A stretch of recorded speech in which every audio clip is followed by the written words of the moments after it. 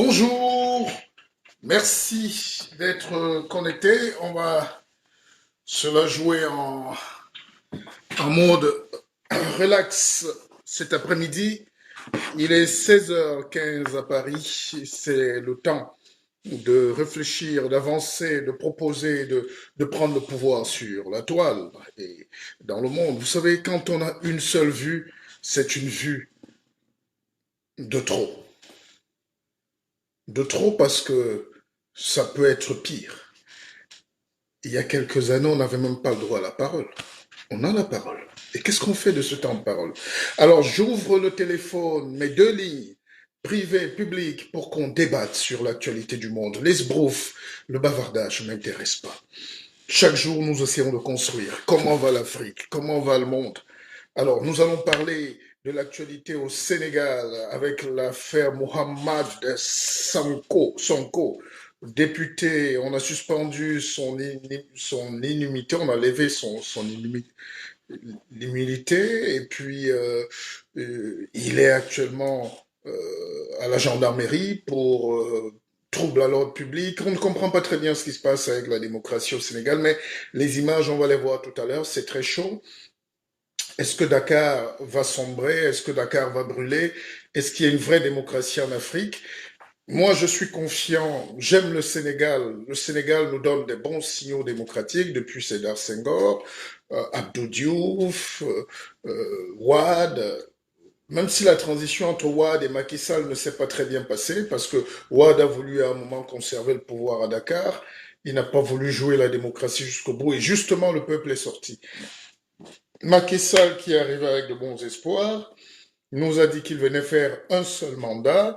Après, on sent qu'il va être candidat. Les élections, c'est très prochainement. C'est prochainement. Et puis, Mohamed Sonko, c'est la jeunesse qui monte. C'est un leader. Il se fait arrêter pour une affaire de mœurs.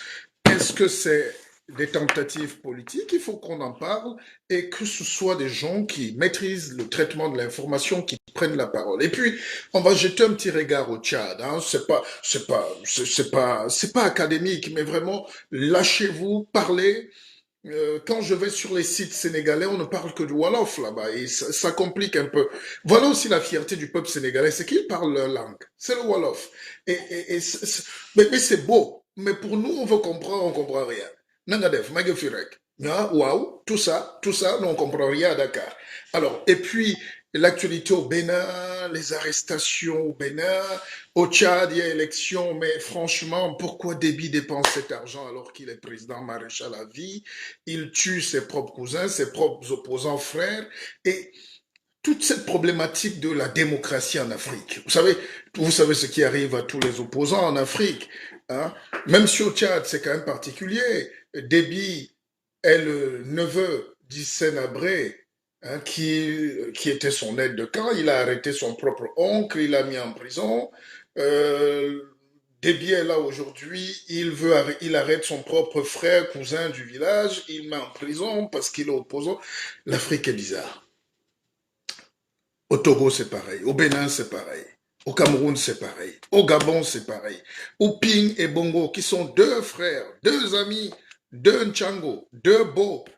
L'un a les enfants, l'un a fait les enfants avec la sœur de l'autre, mais c'est incroyable. C'est une affaire de copinage qu'on confond à la démocratie en Afrique. En Côte d'Ivoire, c'est pareil. La lutte entre trois frères jadis soudés pour l'héritage politique, Bédié, Gbagbo, Ouattara, n'est pas encore soldée. Ouattara est le patron aujourd'hui, mais pour demain, c'est quoi l'héritage? C'est quoi l'avenir de la jeunesse africaine? Est-ce que nous ne sommes pas toujours prêts à frôler la guerre? J'ai essayé de répertorier deux ou trois petits sujets comme ça, et puis on va essayer de débattre. Moi, je suis le guide, le Mpépé. Je suis le fondateur de l'Académie de la vie augmentée. Ça veut dire qu'une vie peut être augmentée. Une vie, c'est avancer. Une vie, c'est aimer la vie. Une vie, c'est le prolongement de son séjour sur Terre, mais avec la meilleure qualité. Et je réponds aussi à tous ces jeunes qui me posent beaucoup de questions. Le guide, Mpépé, mais qu'est-ce qu'on fait? La vie devient quoi? Ne vivez jamais la vie de quelqu'un d'autre. Hein? Ne vivez pas la vie de quelqu'un d'autre. La vie est unique. Nous tous, on porte nos blessures, nos frustrations. N'enviez pas les gens. Hier, j'ai vu le président Sarkozy transpirer, pleurer, et il dit que ça fait 10 ans qu'il ne dort pas. Bah, alors, si toi, on te propose d'avoir une carrière comme la sienne, et de finir président, et puis ne plus dormir, finir en prison, est-ce que tu échangerais ta place de videur, de boîte de nuit, de vigile ou d'agent de l'usine pour finir en prison? Donc, la vie est bizarre. Vivez juste votre vie et soyez heureux. Alors, pour le Sénégal, je vous laisse. que ki nekk ki nga xam ni newu si besoin. Parce que ki nekk ci besoin soxla lay daw ñaara am soit day bañ xeex. En ce moment, à Dakar, il se passe des choses assez violentes. ñaar yooyu la am. Mais on ne comprend ki nga rien. xam ni moom bëgg na bu yomb bi gën a gaaw jàpp ne moom gëmul principe gëmul bonne mœurs gëmul vertu gëmul valeur bi gën a gaaw mooy. ñeneen ñoo xam ne seen i kër ñu koy lakk situation boo xam ne doomu Ousmane Sonko ak ay mbokkam ak ay militants ak Sénégal yooyu yëpp moom moo nekk président de la République njaboote ñëpp donc tey jii ku ko faral mooy ñun ñii di ko wax dëgg ku nekk ak moom mooy ñun ñii di ko wax dëgg mais ñëpp ñoo xam ne ñu ngi ci kawam di ko Mais di ko pousse. Mais j'adore le Sénégal parce qu'ils sont passionnés par la politique et c'est terrible comment ils gèrent leur... J'aime ça parce qu'il y a quelque chose qui nous attire là-bas. Regardez comment le peuple, la jeunesse, et j'ai suivi un jeune qui dit qu'il est prêt à mourir pour que le Sénégal ne sombre pas. Voilà, essayons d'avoir... Là, c'est Wall FM, il y a beaucoup de télévision, tout le monde est sur le net, mais attendez, il faut qu'on essaye de voir. Est-ce qu'il parle français? Waaw, est-ce que mën nañu ma wax en ligne? Non. Est-ce qu'il y a quelqu'un qui peut nous appeler pour nous donner la vraie situation au Sénégal? Parce qu'on ne comprend pas.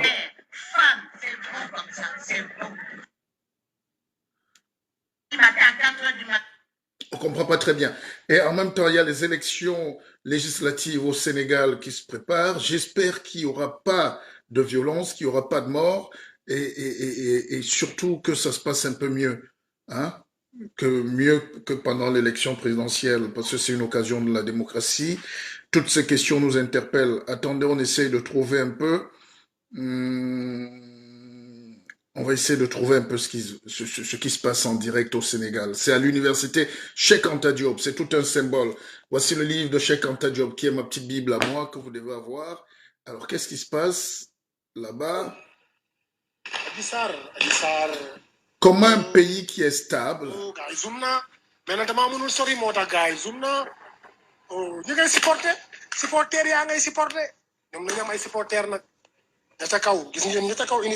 Il faut prévenir les crises en Afrique. Hein. C'est pour ça qu'on prend la parole avant. Ne faisons pas comme s'il ne se passe rien là-bas. Voilà les vrais sujets qui nous interpellent.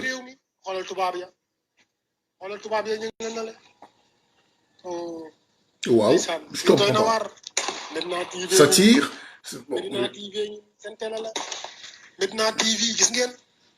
Alors, la démocratie, il faut le savoir, c'est un principe fondamental. Il faut la protéger, la démocratie.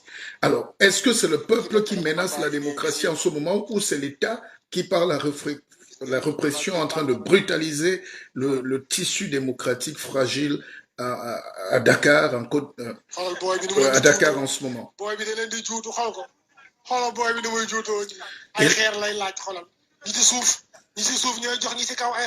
Pourquoi l'armée est toujours prompte à descendre et à être violente sur les manifestants? Enfin, je ne sais pas, on pose des questions. Et là, si vous voyez une armée descendre à l'université, ce n'est jamais bon signe. On se rappelle des événements à Yaoundé. L'université a toujours créé... l'université dans le monde entier, c'est un siège d'ébullition des neurones. Alors, si on n'arrive pas à avoir... Donc... ah ben, je comprends pas. Il faut... Voilà, donc... C'est tous ces dangers-là qui font qu'on n'arrive pas à gérer nos pays avec la sérénité qui va avec. Partout où il y a le danger. Partout où il y a le danger. Ça chauffe à l'université Cheikh Anta Diop de Dakar. Tout est en train d'être cassé là-bas. C'est maintenant qu'il faut intervenir. Ça nous interpelle. Si vous palais de avez... justice bu Pikine ak bu Qu'est-ce que vous Guédiawaye ni pensez? ngeen ko gisee noonu léegi kon fu mu toll nii jot ne ñi nga xam ne ñoo di way manifestant yi daal dinañ ko sànjaafu ba daal di rek toj li nga xamante ni moo di seen ay vitre wala sax yàq la nga xamante ni moo di seen xar-xaram bu kanam ndax li ngeen ko gisee ni noonu foofu la daal di amee waaye nag ci li ñu mën a jàpp rek gis nga ko noonu ay xeer tamit moom lañ ko daal di rek sotti ba mu fees dell ci bunt bi bu fekkee tamit ne liggéey yaakaaruñu sax ne dina mën a amee ci bërëb bi la nekk loo xamante ni daanaka lu xaw a doy waar la Mais di amee foofu la ca diwaanu fa nga xam ne moo di ca Pikine donc palais de justice cette jeunesse africaine a un peu marre tout le temps. On a marre pourquoi il y a tant de violence? Pourquoi les gens ne peuvent pas s'entendre?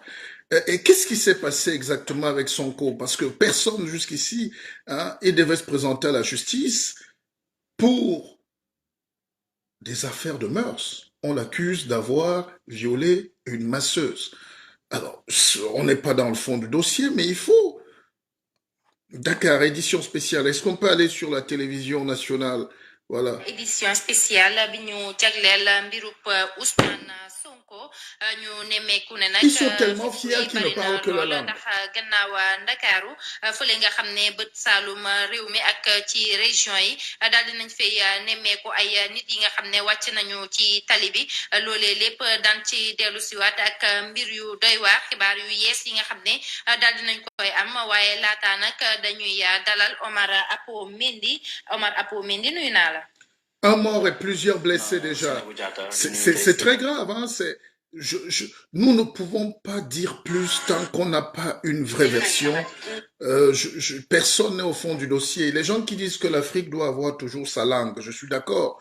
Mais quand c'est une langue qu'on ne comprend pas, que les autres ne comprennent pas, qu'est-ce qu'on fait? Tout est dit là pour... bon, attendez, en direct de la place devant la mairie. Bon, attendez, mais il faut... Manifestation à l'université, tout est en train d'être saccagé et c'est quand même à l'université Cheikh Anta Diop. Vous pouvez faire tout, mais ne gâtez pas cet héritage. Ne gâtez pas l'héritage, ne tuez pas la pensée africaine. C'est un double assassinat que c'est là qu'il y ait des violences, qu'il y ait des morts aujourd'hui et cette histoire qui est politique. Parce que tous les procès sont politiques. Quel est l'avenir? Qu'est-ce qui va se passer? Un mort, c'est déjà un mort de trop, je l'ai dit tout à l'heure. Et ce n'est pas bien pour Macky Sall, qui est un jeune, qui apporte une nouvelle manière de faire la politique. On ne pourra plus dire que c'est un vieux dictateur qui s'accroche. Macky Sall est venu démocratiquement au pouvoir, c'est un jeune, il est agronome de formation, il a un vrai projet de société. Est-ce que c'est ça qui est la réponse face à la crise politique à Dakar? Si la jeunesse se retrouve dans la rue, c'est parce qu'il y a peut-être un malaise. Et je pense que Mohamed Sonko est le porte-parole de cette jeunesse africaine qui a envie de se faire entendre, qui a envie de prendre son destin en main.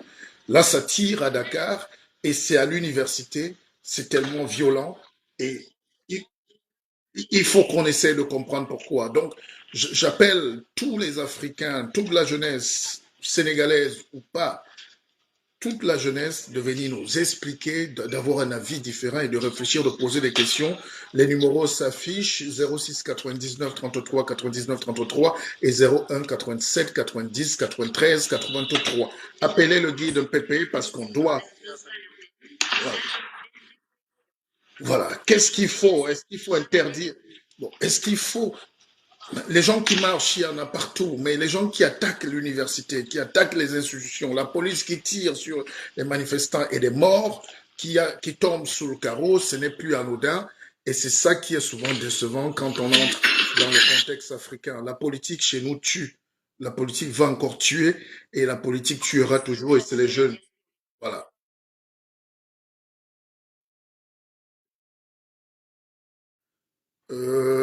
Manifestation pour la libération de Sonko à Dakar, ça chauffe.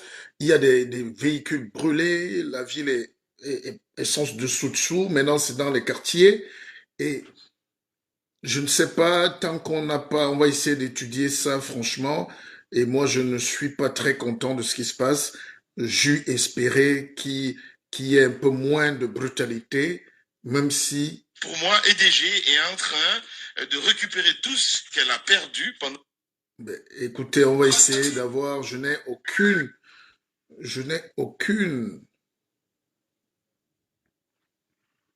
Est-ce qu'il y a en dafa français? mel ni police mu ngi gën di ko contrôler ndax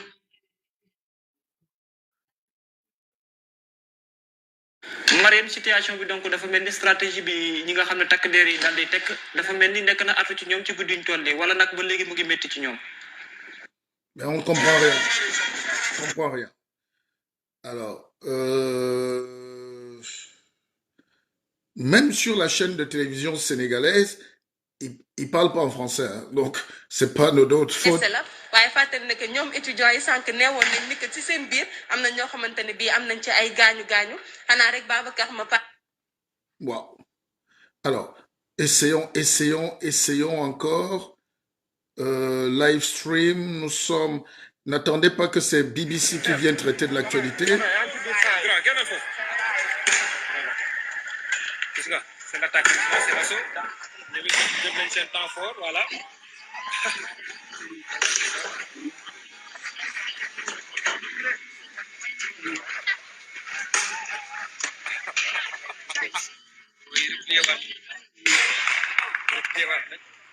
Partagez ce direct parce on va essayer de faire une analyse. Hein. Voilà. Mais donc, voilà pourquoi les jeunes partent du continent, parce qu'il n'y a aucun endroit sur le continent, il n'y a aucun endroit en Afrique où les jeunes ont un espoir, où ils se sentent en sécurité. Là, c'est la police qui riposte aux manifestants, mais entre les lacrymogènes, entre les fumigènes, il y a des tirs à balles réelles. Voilà, donc voilà des choses qui doivent interpeller au lieu que les gens se mettent à danser et à nous parler de leur petite histoire et de leur petite vie. Je pense que c'est assez grave. Donc, moi, je n'ai pas...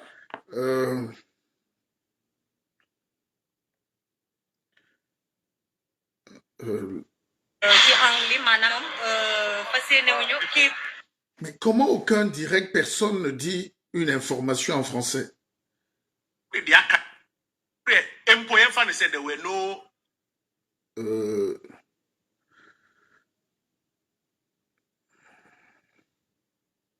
Alors, bon, on va peut-être revenir sur cette actualité tout à l'heure, dont la question c'est qu'est-ce qui se passe à Dakar? Qu'est-ce qui se passe à Dakar? Alors, on nous dit c'est pareil au Niger. Un président qui part, un autre qui arrive, mais la guerre éclate.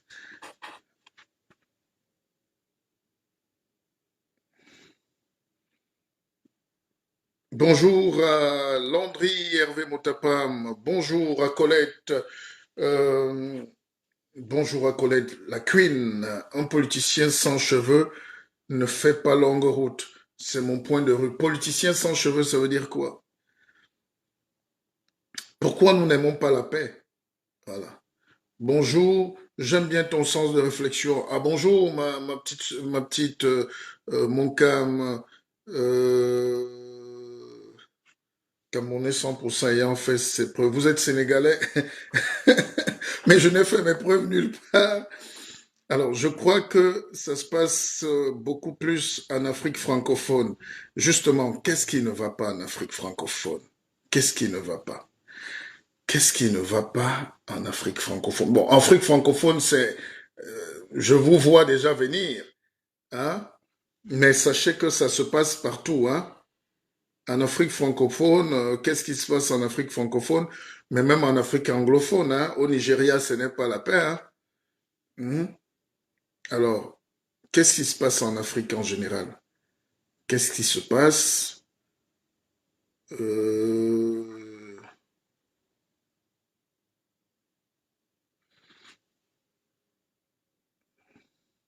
Pendant qu'on parle, il y a, il y a le journaliste activiste nigérien Omoyele Sowore, leader du mouvement de révolution Nao, qui est arrivé au tribunal avec son féticheur. Selon les témoins, ce dernier s'est occupé à faire des incantations. Au final, le juge a subitement ajourné l'audience et dit à l'activiste qu'il pouvait voyager où il veut, même en dehors du Nigeria. Donc, On vous dit de ne pas négliger les féticheurs. Vous voyez, le gars vient au tribunal avec son féticheur. Ça, c'est mon ami Alex qui m'a envoyé la photo. L'Afrique est magique.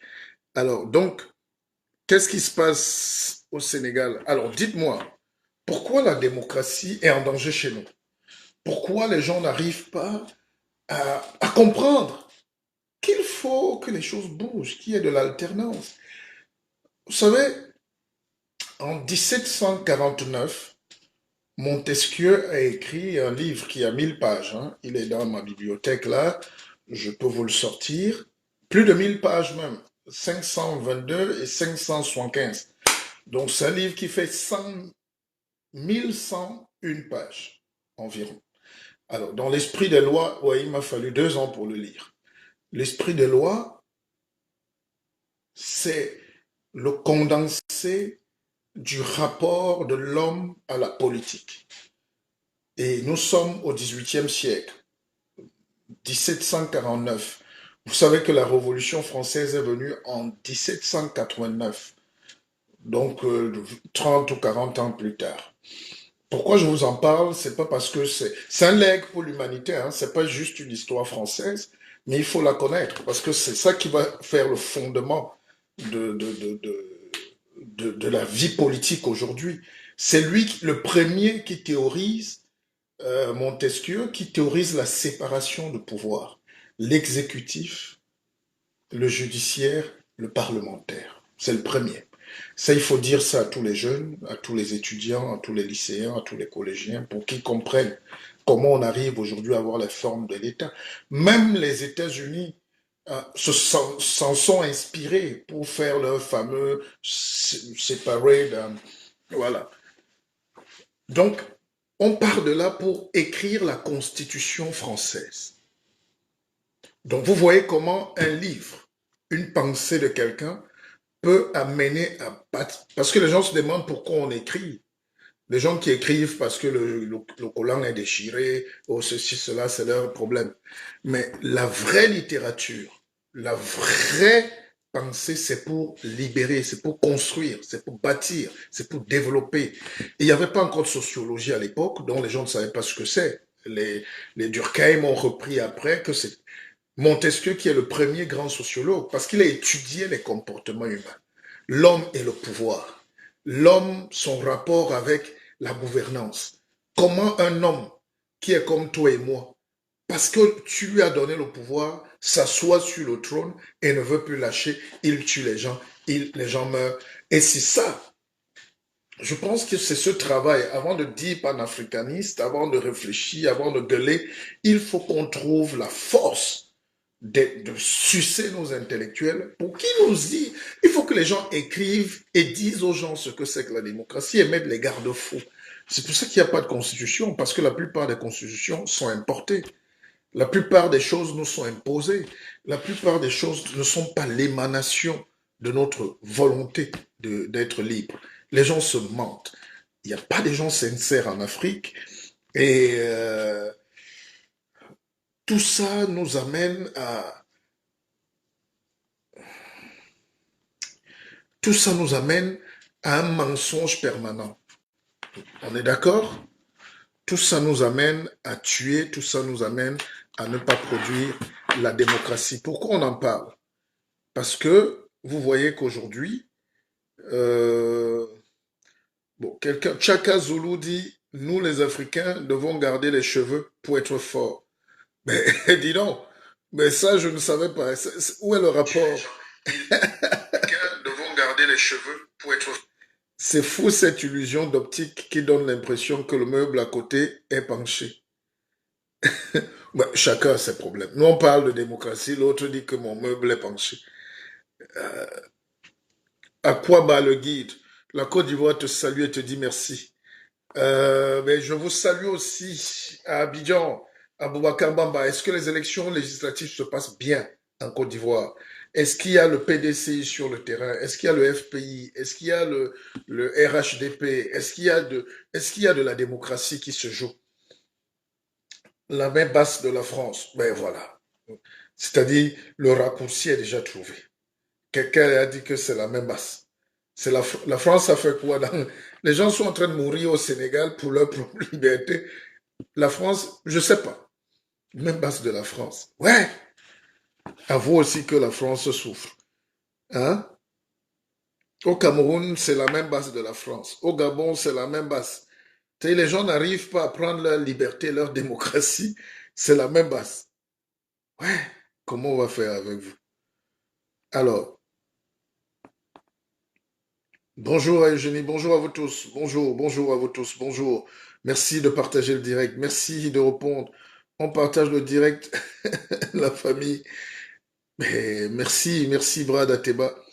Alors donc, vous voyez que quelle que soit la situation, il y aura toujours dans ce monde des gens qui vont refuser la démocratie.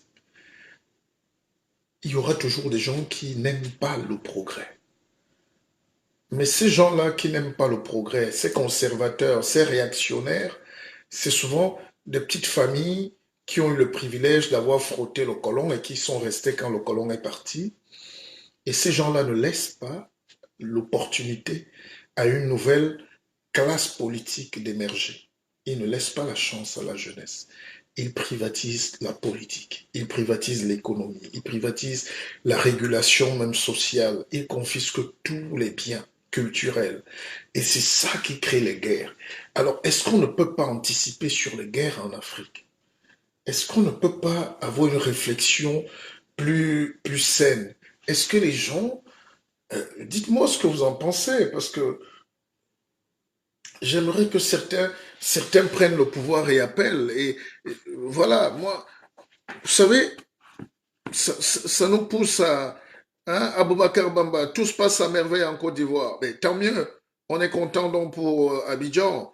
On est content de savoir que les gens peuvent faire la démocratie. Mais attention, quand les résultats vont venir, est-ce qu'il n'y aura pas la guerre en Côte d'Ivoire? Est-ce que les gens ne vont pas contester? Au début, ça se passe bien. Mais à la fin, c'est la bagarre. Pourquoi la maturité nous échappe? Est-ce que c'est dans notre fort intérieur? Est-ce que les Blancs sont partis trop tôt de l'Afrique? Ou est-ce que nous n'avons pas su? Il y a quand même un problème, non? Il y a quand même un problème. Alors, j'aimerais que les gens prennent... je le dis parce que un collègue sénégalais m'a dit que la population s'attaque aux produits français, exemple Total et Auchan. Mais je ne suis pas l'ambassadeur de la France, mais je pense qu'il faut un moment arrêter. Vous avez un problème. Il y a Macky Sall qui est au pouvoir. Il est président. Il y a des élections dans quelques temps là. Vous avez un opposant qui s'appelle Mohamed Sonko, qui est jeune, qui est député, Et puis là, il y a une rivalité politique qui s'installe. Je veux savoir à quel moment le produit français, le projet politique français est une menace. Enfin, pourquoi on accuse la France en ce cas-là, Infinity Mathias? Il faut appeler. Vous avez le numéro, parce que le dire comme ça, vous voyez, c'est ça la difficulté en Afrique. C'est-à-dire, les gens n'assument pas leur vie, n'assument pas leurs erreurs, n'analysent pas leurs faiblesses, mais s'attaquent directement à un système qui est bien réel. Mais est-ce que c'est ça le problème? Est-ce que Sonko est l'ennemi de la France et en quoi la France est le problème là en ce moment? Ou c'est un transfert de frustration? Bon, moi, je veux comprendre. Essayons de voir ça clairement, les amis.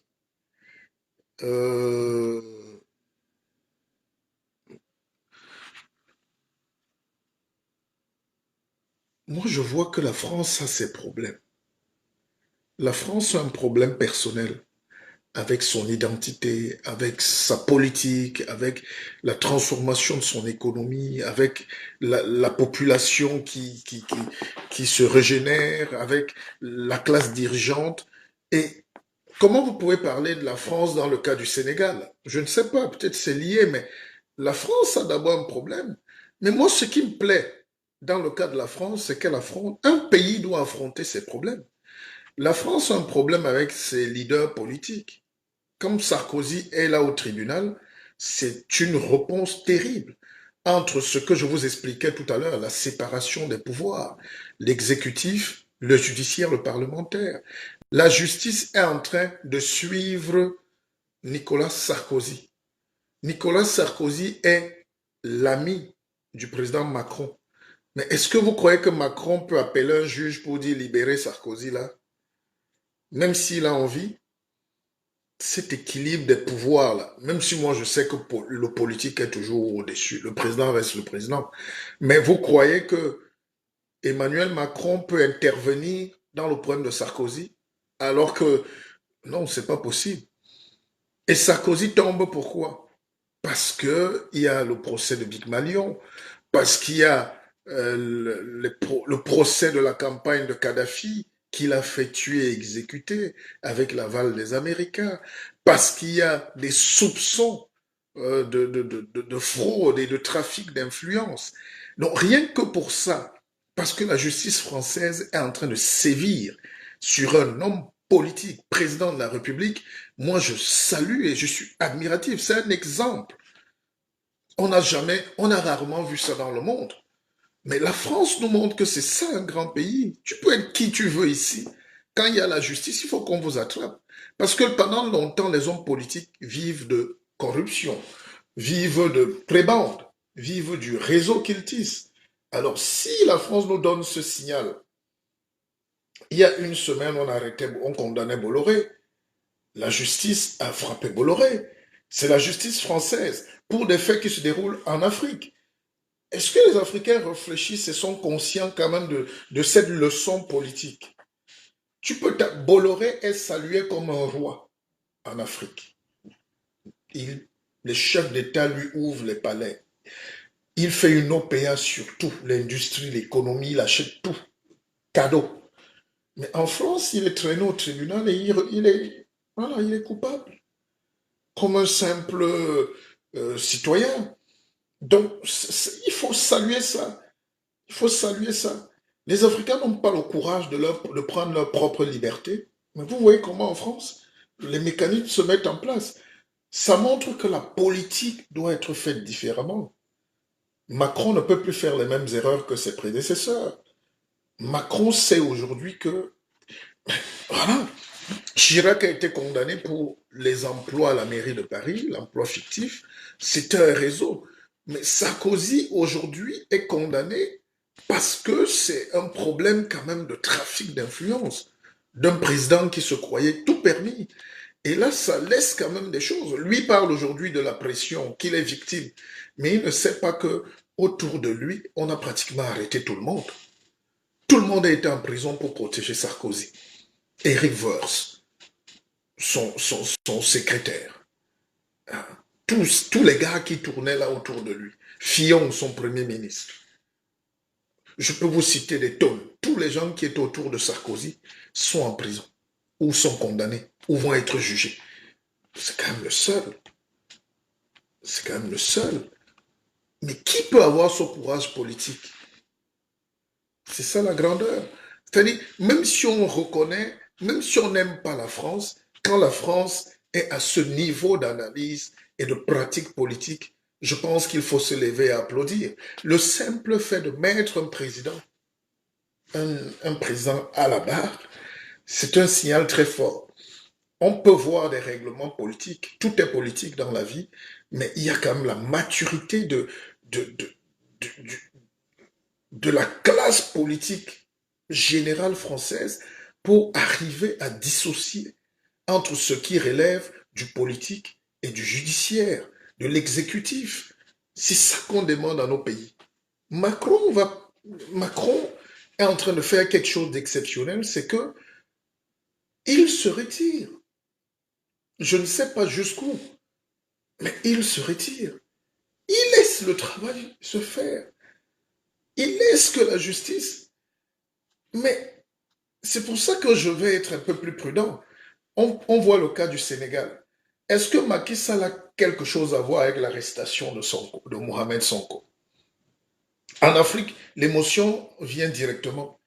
Est-ce que les partisans de Nicolas Sarkozy peuvent marcher et aller casser la justice sous prétexte qu'on veut tuer un adversaire politique? où il faut faire confiance à la justice dans les pays. Moi, je veux comprendre, parce que voilà, au Sénégal, on arrête un leader politique, on dit tout de suite que non, c'est parce qu'il est opposant. Mais est-ce qu'en fait, il n'y a pas un vrai problème de fond? Est-ce qu'on ne peut pas essayer de laisser la justice faire son travail sans voir une tentative d'exclusion d'un leader politique? C'est pour ça que c'est très compliqué de parler en Afrique aujourd'hui de politique. D'un côté, on vous présente le miroir, vous voyez en France, vous voyez aux États-Unis, vous voyez en Allemagne, on ne peut pas faire d'amalgame. Mais en Afrique, tout est mélangé, tout est émotif. Je me rappelle, il y a quelque temps au Cameroun, on a pris le leader politique, l'opposant politique là-bas, on l'a mis en résidence surveillée, après avoir purgé 9 mois de prison. On n'a pas pu clarifier pourquoi il était en liberté, pourquoi il était justement en liberté surveillée, pourquoi il était encerclé chez lui pendant 90 jours. Donc, est-ce qu'il était une menace? Donc, toutes ces questions-là, les gens ne comprennent pas. Alors, Mohamed Sonko, qui est sénégalais, est allé se faire masser, à la version officielle. Le gars est député, il est leader politique, je peux même dire leader de l'opposition, et il se retrouve dans un salon de massage avec des filles, les petites mains qui passent. Qu'est-ce qui s'est passé là-bas? La fille a porté plainte pour viol. Est-ce que la fille a été manipulée? Est-ce qu'un leader politique doit... Ça, je ne vous le dirai jamais, mais c'est Fitzgerald qui disait que le pouvoir politique est très lié au pouvoir sexuel. Les hommes politiques comprennent. C'est-à-dire, pour faire de la politique, c'est pour ça que ceux qui n'ont pas lu, je vous conseille un livre qui s'appelle Sexus Politicus, où on démontre que tout ce qui rend bandant en politique, c'est le sexe. C'est le sexe. DSK est tombé parce qu'une bonne, il y a 10 ans, c'est une bonne qui a détruit la carrière de DSK. C'est une femme noire africaine. Enfin, le pouvoir. Quand on a le pouvoir politique, on peut violer la secrétaire, on peut abuser, on peut déshabiller son assistante, le bureau est souvent une salle sexuelle. Je connais un ministre au Cameroun qui est actuellement, évidemment, en prison et qui avait aménagé une chambre d'hôtel, une chambre dans son bureau. Ce ministre était très puissant et il avait un lit. Et parfois, il vous recevait et les femmes étaient dans son bureau. Ça, c'est-à-dire, vous entendiez une femme parler dans le bureau et les femmes dans sa salle d'attente attendaient toute la journée et tout le monde le sait. Je ne vais pas citer les noms, évidemment, mais vous savez que la politique est l'art de la dérive. C'est la folie, c'est un pouvoir énorme. C'est pour ça que quand vous êtes président, ministre ou ceci dans un pays, pas seulement en Afrique, si vous n'êtes pas fort, vous tombez dans des dérives extrêmement pernicieuses. Dès que vous avez un petit pouvoir politique, même le maire, allez enquêter sur ce que font les maires, vous tombez des nues. Ici en France, on vient d'arrêter un secrétaire d'État qui était maire d'une commune il obligeait toutes les femmes de sa mairie à se déshabiller. La justice l'a pris. Il a pris du ferme. Mais chez nous, bon, en Afrique, vous savez, déjà je vous parlais de ce ministre et c'était étonnant. Vous venez voir un ministre pour des dossiers sensibles d'un pays. Le gars, lui, il a 10 femmes qui attendent dans la salle d'attente. Et on fait d'abord entrer toutes les femmes avant de soigner l'État, avant de s'occuper des dossiers stratégiques. Donc, le jeune Mamadou Mohamed Sonko est allé donc se faire masser dans des salons de massage. Quand vous imaginez la beauté de la femme sénégalaise, vous imaginez la beauté de la femme sénégalaise, la plus belle femme du monde, longue, avec les jambes fines, les yeux bleu-vert, et puis d'une noirceur pudique, sauvage. Elles sont tellement noires qu'elles sont parfois violettes. Et une femme comme ça, elle vous masse, elle vous met l'huile, le beurre de karité au dos. Et puis on ferme. Mais les massages taille n'ont rien à voir. Et on ne dit rien, mais c'est là que tout s'est passé. Maintenant, on attrape le gars, la fille porte plainte pour viol. On ne connaît pas les vraies versions. Au lieu de laisser donc que le tribunal se déroule, qu'il y ait de l'action. Vous savez, l'affaire Mohamed Sanko, si vous permettez, c'est quand même une action de droit. Hein. Le gars est en train d'aller au tribunal, mais on le prend pour trouble à l'ordre public. Bon, là, c'est une flagrance. Trouble à l'ordre public, c'est compte à vue. Donc, on l'attrape, garde à vue, bon, à peine 48 heures, on va le libérer. Mais le peuple est déjà, ses partisans sont déjà en train de brûler. Est-ce qu'on ne pouvait pas laisser voir comment la justice va opérer pour que la vérité, pour qu'on sache s'il y a un acharnement politique? Est-ce que vous me suivez? Parce qu'à l'état actuel, est-ce que Macky Sall est derrière tout ça? On ne peut pas savoir. Est-ce que c'est un procès politique? Est-ce que c'est une cabale politique? Tout est en train d'être cassé. Ah, on a un appel. Oh, j'ai pas vu. Alors, prenons un peu les réactions quand même. Partagez le direct parce que j'aime faire des directs politiques d'abord, spirituels, culturels. Je m'autorise à vous donner de la pensée. Faut qu'on ait du Facebook pour réfléchir parce que comme on n'a pas de médias qui nous parlent, il faut qu'on ait de la réflexion qui coule. Alors, Pépé, prends cette citation qui est partie de la racine du mal. C'est Ndoula Bok qui écrit, Africa Bok. Un Africain chrétien et musulman en Afrique est plus dangereux qu'une bombe atomique. Bon, attendez, je vais revenir. Je pense qu'on a un appel. Allô? Oui, allô? Oui, bonsoir, mon très cher. Oui, oui, bonsoir, le Pépé. Akeva, Akeva, Akeva. Akeva, Akeva, Akeva, la puissance de la spiritualité africaine. Je te bénis, mon cher frère, ce soir ou ce matin. Alors, c'était pour participer au direct ici de Pépé, par rapport à la situation au Sénégal. Oui, oui, oui, on est là, on est en direct justement. Et il faut que tous les Africains appellent, parce que c'est comme ça qu'on réussit à créer de débats politiques. Je t'écoute, mon très cher frère. Alors, j'ai juste un avis, parce que, au fait, je travaille avec des Sénégalais, et vous savez, au Sénégal, la langue qu'ils parlent, nous les Camerounais, on n'écoute pas. On ne comprend pas ce qu'ils veulent dire. Donc, du coup, mes amis m'ont un peu expliqué qu'est-ce qui se passe, parce que tous les jours, je les demande, mais qu'est-ce qui s'est passé avec Sonko? Oui. Alors, voilà ce qu'ils m'ont expliqué. Ils m'ont dit, Sonko a mal au dos. Et le truc, c'est quoi? C'est que Sonko a dit que de venir en Europe pour se faire soigner par un kiné, il préfère le faire au Sénégal.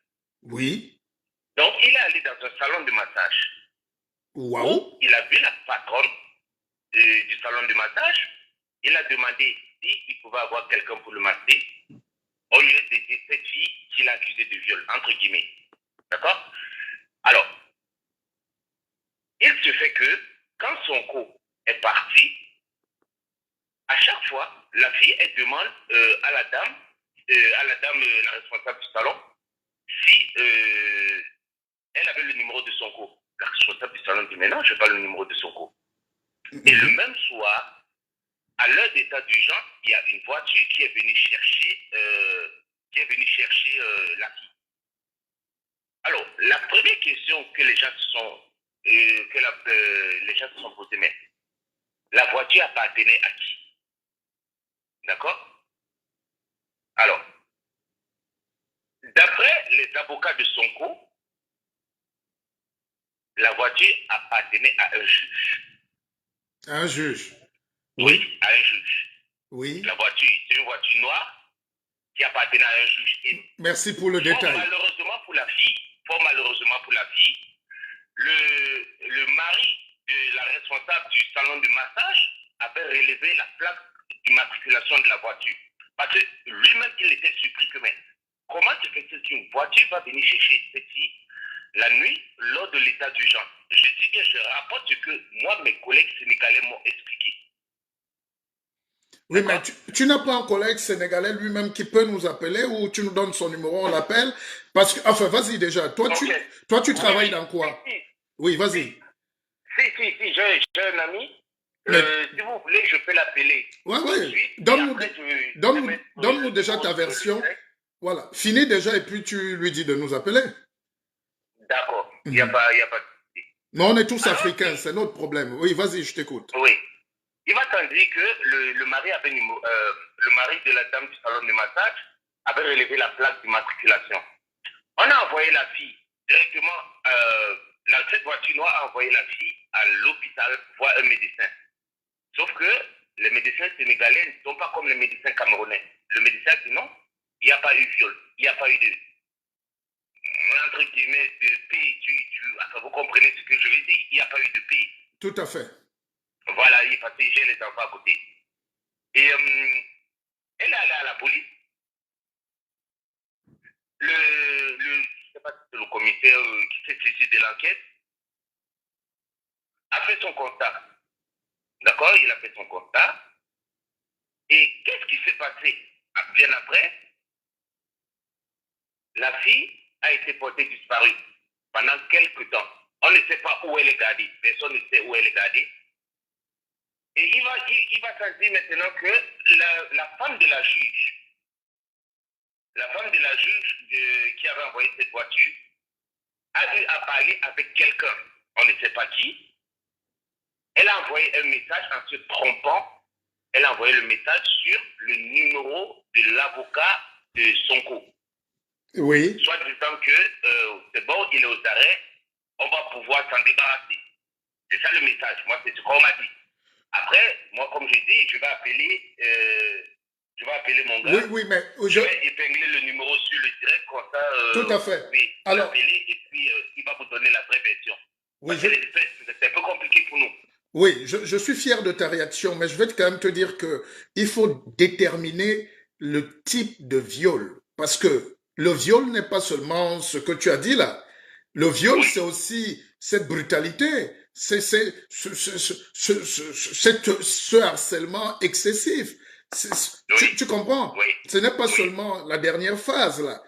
Ça, c'est peut-être la phase terminale, mais le viol aussi, c'est une forme d'agression qui peut commencer par le psyché, donc une agression psychologique, après une agression physique, verbale et tout. Donc, il faut agression, le viol est contenu dans toutes ces choses-là. Donc, essaye de dire à ton frère, ton ami, s'il peut nous appeler, et merci déjà de nous avoir donné cette version. Moi, ce que je demande... Je vais l'appeler là tout de suite, et d'ici quelques minutes, vous allez voir, je vais mettre le numéro sur un message. Tout à fait. Je t'enverrai un SMS avec le numéro directement. C'est parfait. Comme ça, on peut l'appeler et nous aurons au moins la bonne version. Oui, surtout s'il y a quelqu'un à Dakar. Merci d'être là et tu peux revenir si tu as d'autres informations. Merci. Parfait. Alors, faites comme le frère qui nous appelait là tout à l'heure. Hein. Donnez votre avis, exprimez-vous. Est-ce que la démocratie avec les nègres est un problème? Si la démocratie est un problème, ça veut dire que la religion judéo-chrétienne est un problème. Ça veut dire que l'économie du marché mondial est un problème. Ça veut dire que la modernité est un problème. Ça veut dire que la technique est un problème. Le progrès est un problème. Parce que pour nous, la démocratie, c'est le problème de progrès. Enfin, c'est la question du progrès. Alors, il y a des forces qui s'opposent, qui jouent les démocrates, mais ils ne veulent pas en entendre parler. Si vous dites démocratie dans un pays africain, c'est comme si Satan est venu. Alors, les gens ont horreur du changement. Ils ont horreur du progrès. Ils veulent tout confisquer.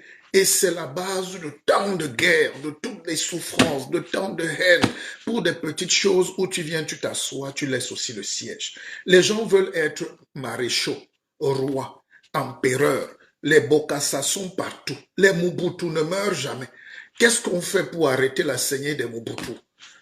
Qu'est-ce qu'on fait pour que les Mobutu nous lâchent un peu en Afrique? Qu'est-ce qu'on fait pour que les Bokassa disparaissent dans la conception même de la vie? Et ce rapport avec le pouvoir, c'est ça qui cause la pauvreté de ce continent qu'on aime tous, même de loin. Merci d'intervenir. Le téléphone est ouvert. Alors, je prends quelques réactions. Ndula Africa Book. Oui, oui, quand c'est pour parler de tel a dansé bien, tel a les grosses fesses, tel a fait, vous êtes nombreux. Je vous connais déjà.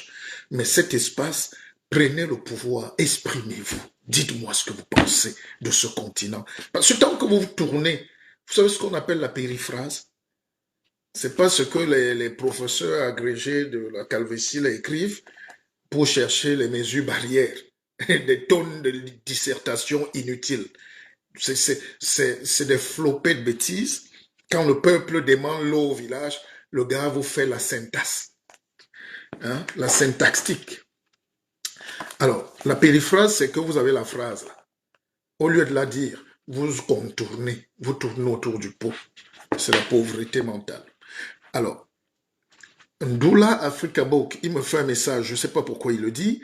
Le peuple prend cette citation qui est partie de la racine du mal. Un Africain chrétien et musulman en Afrique est plus dangereux qu'une bombe atomique pour l'Afrique. Et quand il vit en Occident, il est 2 fois plus dangereux. Enfin, il est 10 fois plus dangereux lorsqu'il devient dirigeant africain. Bon, dis donc. Waouh.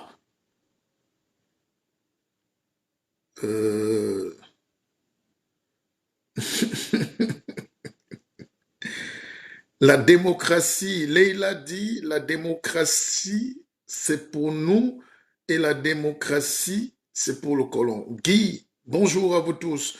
Tu peux imaginer que Paul Biya soit traduit un jour en justice au Cameroun à cause des multiples crimes qu'il a commis. Non, ouais, Boca Junior, vous n'allez pas revenir sur ma tribune avec des choses. Ouais, mais, qui va traduire Biya? Non, laissez ça. Là c'est compliqué. Parce que vous n'arrivez pas à comprendre. Hein? Vous n'arrivez pas à comprendre. Vous n'arrivez pas à comprendre. La tradition africaine voudrait qu'à un certain âge, on soit un sage. Il y a des choses qu'on ne fait plus. Les gens comme Biya ne risquent rien en Afrique. Et il le sait. C'est pour ça que s'il peut encore vous embêter un peu, il va vous embêter. Vous ne pouvez rien faire. Est-ce qu'on doit aussi arrêter sans preuve, sans vidéo, sans examens médicaux? On vous soupçonne et on vous arrête. C'est ça l'Afrique. VPN. Mais c'est ça le problème. Est-ce que la justice ne doit pas laisser... Est-ce qu'on a le droit d'arrêter, hein? Est-ce qu'on a le droit d'arrêter Sonko? Est-ce qu'on a le droit d'arrêter quelqu'un sans le juger? Alors, je voulais bien avoir l'avocat. Je ne sais pas si Timban est connecté, mais bon. Si Maître Timban est connecté, qu'il réagisse. Qu'il réagisse.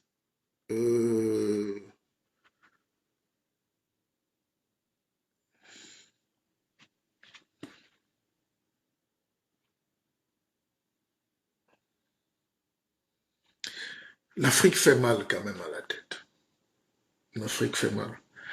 Et vous savez ce que j'ai vu hier quand on a parlé du procès de Sarkozy? Je veux vous dire, j'ai écouté 2 petites choses sur Sarkozy et c'était quand même... Il faut quand même... Oh là là.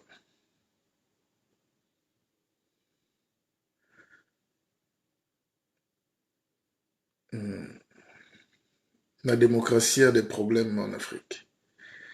Alors,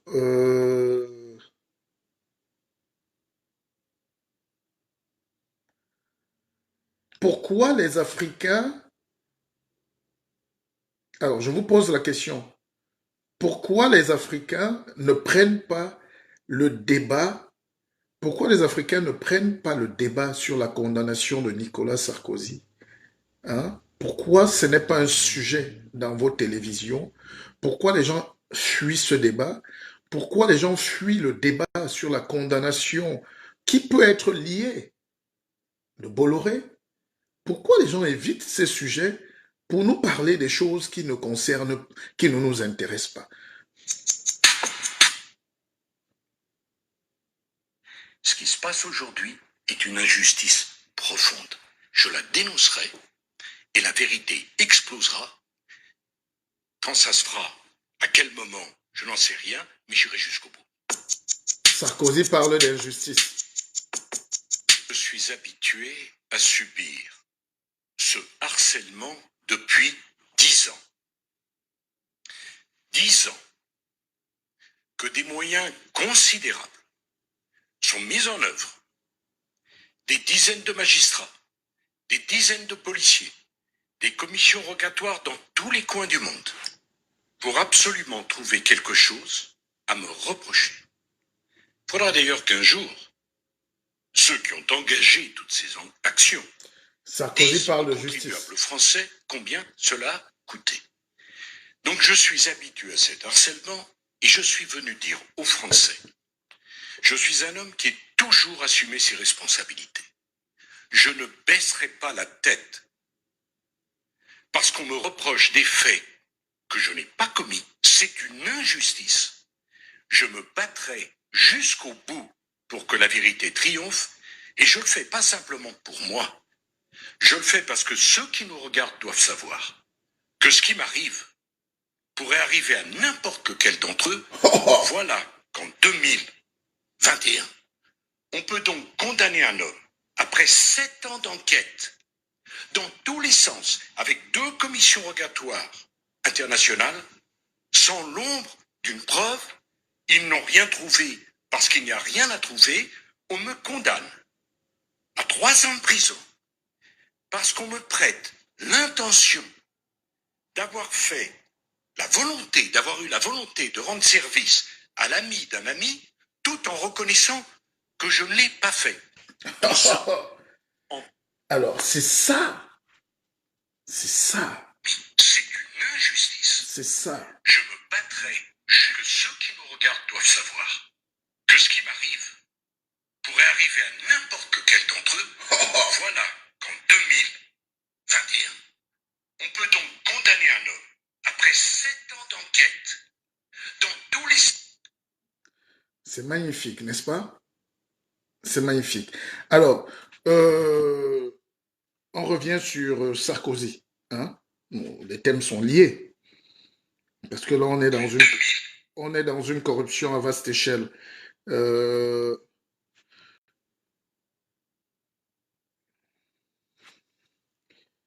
Bonsoir le PP. S'il te plaît, c'est quoi plagier un travail scientifique?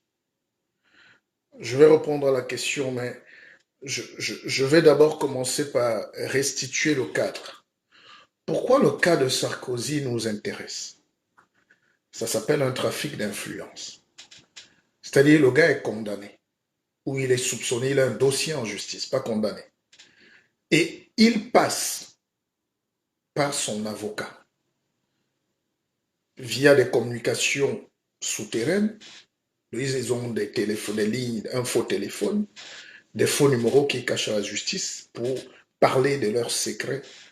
Et dans leur conversation, l'avocat qui est Thierry Herzog, qui est son ami de 30 ans, c'est très rare de voir des Africains amis pour 30 ans. Hein. Dès que les premiers argents tombent, là, les problèmes commencent. Les femmes nous séparent pour l'argent. Alors, donc, Sarkozy a un problème et ils vont voir un juge à la cour de cassation qui s'appelle Azizer, le grand juge, pour lui proposer un poste à Monaco.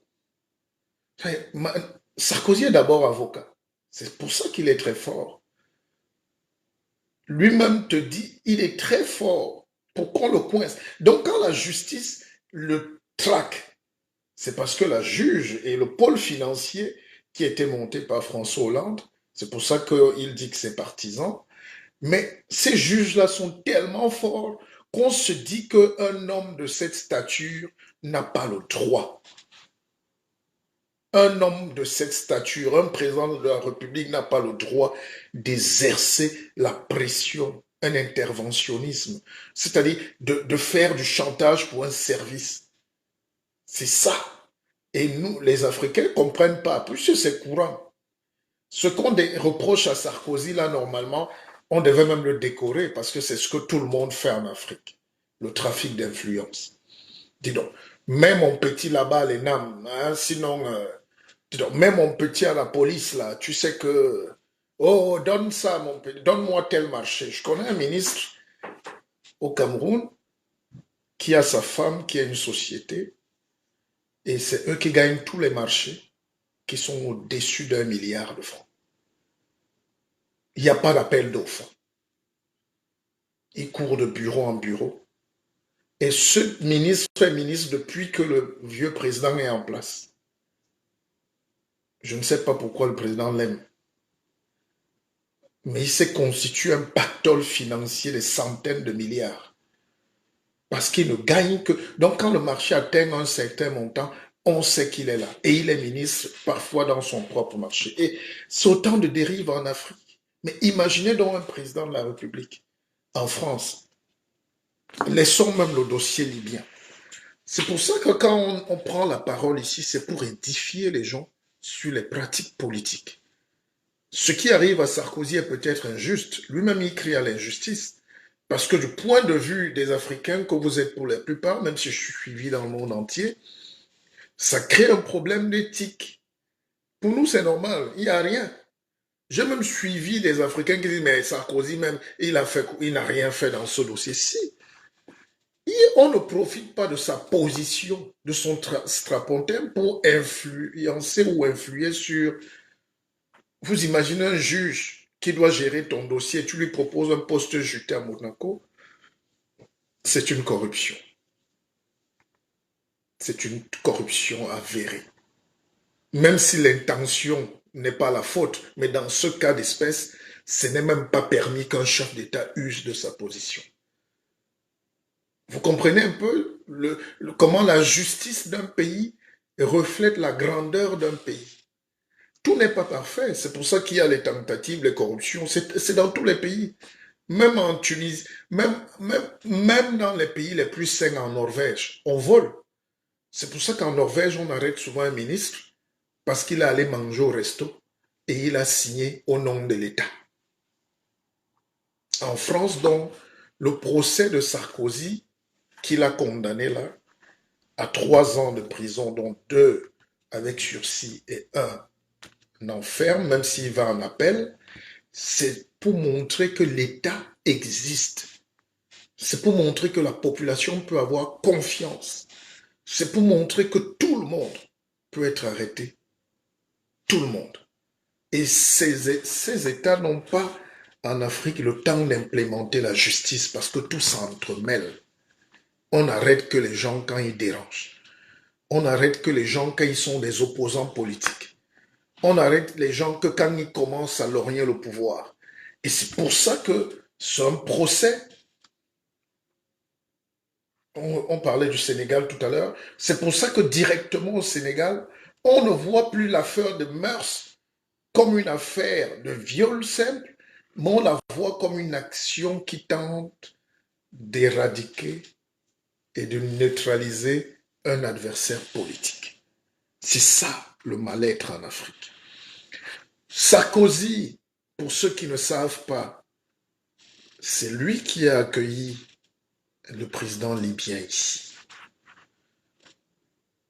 Kadhafi est venu à Paris avec sa tante, avec plus de 200 femmes amazones qui le massaient là. Il a installé ses tentes en plein cœur de Paris. Il mangeait là, il dormait là. Sarkozy est un faucon politique. Il y avait un intérêt derrière. Les contrats léolins sur le pétrole libyen, les énormes réserves du trésor libyen. Il y avait l'argent qui coulait à flot en Libye. Et la Libye de Kadhafi avait une certaine stabilité. Et pas une stabilité certaine. Et il y avait tellement d'argent en Libye que la Libye a commencé à investir en Afrique, et massivement. Je peux vous parler de Oil Libya. Toutes les stations africaines étaient déjà stations de pétrole, étaient déjà achetées par le trésor libyen. La banque libyenne, le Wadjari Wafa, il y avait même la compagnie libyenne qui venait remplacer Air Afrique, en quelque sorte, parce que tous les pays bénéficiaient déjà de cette flotte importante. Moi-même, j'ai voyagé, je pense, 1 ou 2 fois avec, comment vous appelez ça, Afrikia. Afrikia, qui est le nom originel de l'Afrique. Donc, la chute de Kadhafi, vue par les Africains, est une chute d'un symbole politique fort. Mais ce n'est pas voulu par les Africains. C'est encore en France qu'on arrête le type. C'est-à-dire les Africains oublient vite. La mémoire part. Le Kadhafi qu'on adorait, le panafricanisme, c'est terminé. Les gens ont oublié qu'il y a d'abord un problème de fond vu sur le plan africain. Kadhafi avait un projet de satellite panafricain pour libérer le continent de l'emprise médiatique, de l'emprise télécommunicationnelle, américain, français, tout ça là. La liberté de l'Afrique passe par le satellite. Et j'en parle parce qu'à l'époque, j'étais le président du Conseil africain des médias. Et nous avons été convoqués par Kadhafi parce qu'il était très intéressé par la volonté de l'Afrique d'avoir ses propres données et ses propres images satellitaires. Il a voulu lancer le satellite africain.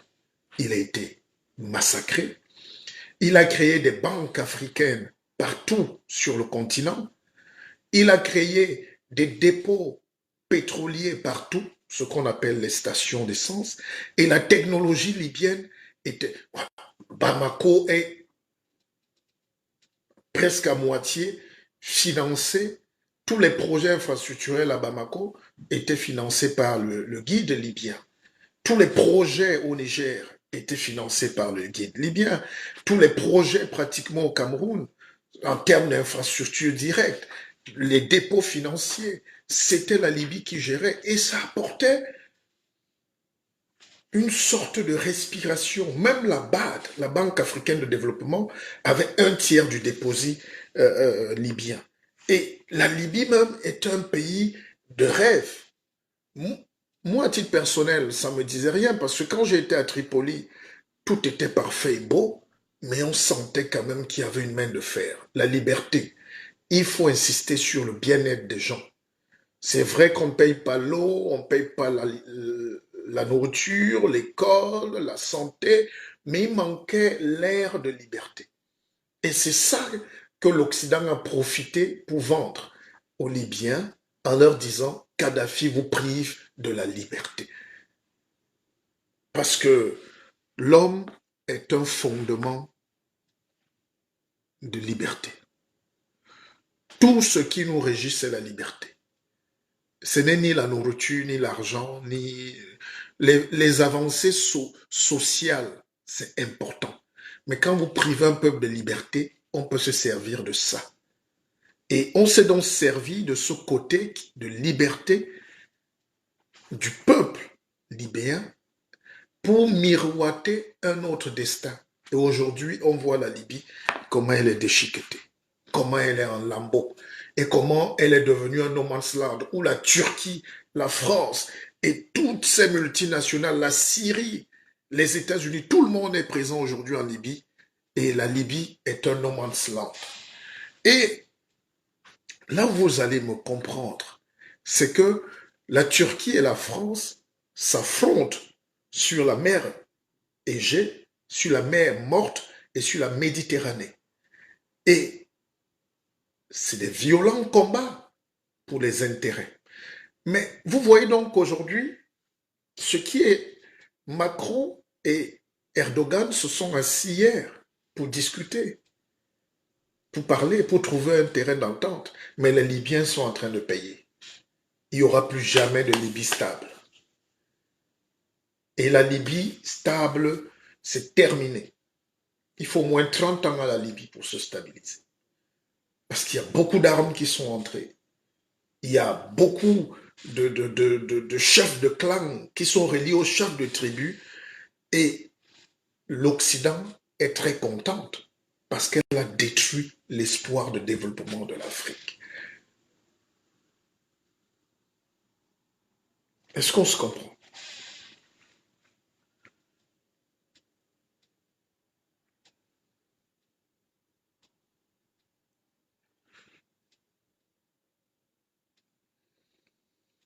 Et tout ça, c'est fait par Kadhafi quand même.